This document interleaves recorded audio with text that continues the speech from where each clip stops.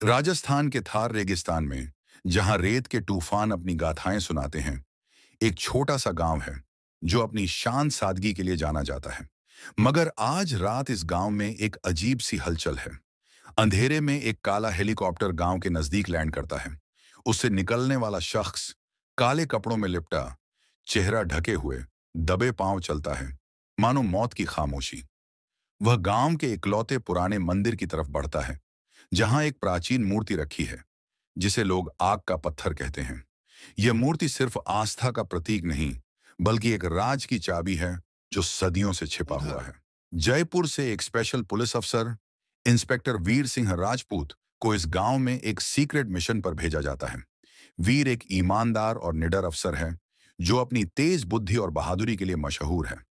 उसे आरएवी से एक मैसेज मिलता है कि एक इंटरनेशनल टेररिस्ट ग्रुप, जिसका लीडर शहनशाह के नाम से जाना जाता है, इस गांव में कोई बड़ी साजिश रच रहा है। वीर जब गांव पहुंचता है तो देखता है कि लोग डरे हुए हैं। एक बुजुर्ग, बाबा रामदेव, उसे बताते हैं कि आग का पत्थर एक प्राचीन खजाने की तरफ इशारा करता है जो हजारों साल पुराना है। यह खजाना न सिर्फ दौलत से भरपूर है, बल्कि इसमें एक ऐसी पावर छिपी है जो पूरी दुनिया की तकदीर बदल सकती है। वीर की पत्नी मीरा एक हिस्टोरियन है जो रामायण और इंडियन मिथोलॉजी पर रिसर्च करती हैं। वह इस मिशन में अपने पति की मदद करती हैं। मीरा को पता चलता है कि आग का पत्थर रामायण के जमाने से जुड़ा है। हनुमान जी ने लंका से वापसी पर इसे इस रेगिस्तान में छिपाया था ताकि इसकी शक्ति गलत हाथों में न जाए। वीर अपनी टीम के साथ, जिसमें उसका वफादार दोस्त और सब इंस्पेक्टर अर्जुन शामिल हैं, शहनशाह के ठिकानों का पता लगाने की कोशिश करता है। लेकिन शहनशाह एक ऐसी पर्सनैलिटी है जिसे कोई नहीं देख सकता। उसके एजेंट्स हर जगह हैं और वे हर मूवमेंट पर नजर रखते हैं। एक रात जब वीर और अर्जुन मंदिर के पास छिपकर वॉच कर रहे होते हैं, शहनशाह के गुंडों का एक ग्रुप अटैक करता है।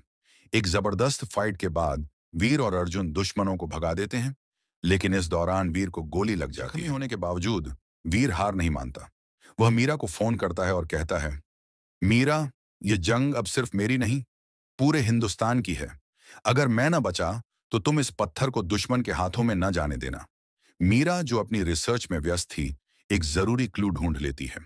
वह पता लगाती है कि आग का पत्थर एक ऐसी एनर्जी का सोर्स है जो रामायण के जमाने में राम के हथियारों को पावर देती थी। यह पत्थर एक ऐसी टेक्नोलॉजी का हिस्सा है जो आज के साइंस के दौर में भी इनक्रेडिबल है।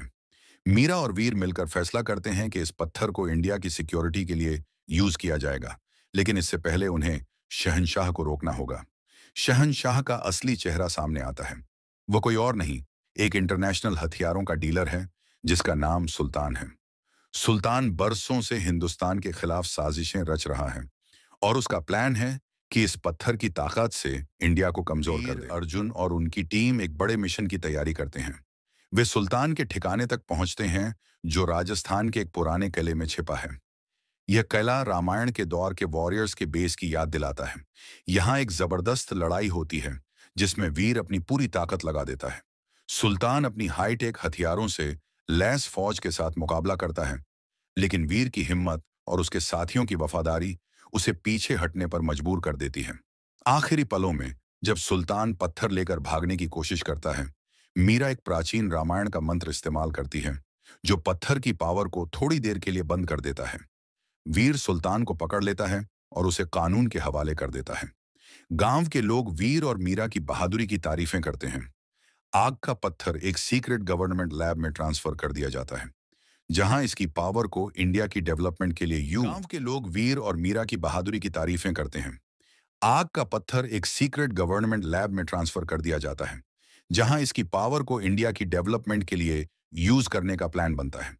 वीर अपनी फैमिली के साथ जयपुर वापस आता है, जहां उसका बेटा राज उसे गले लगाता है और कहता है, पापा, आप तो सच में राम जैसे हैं।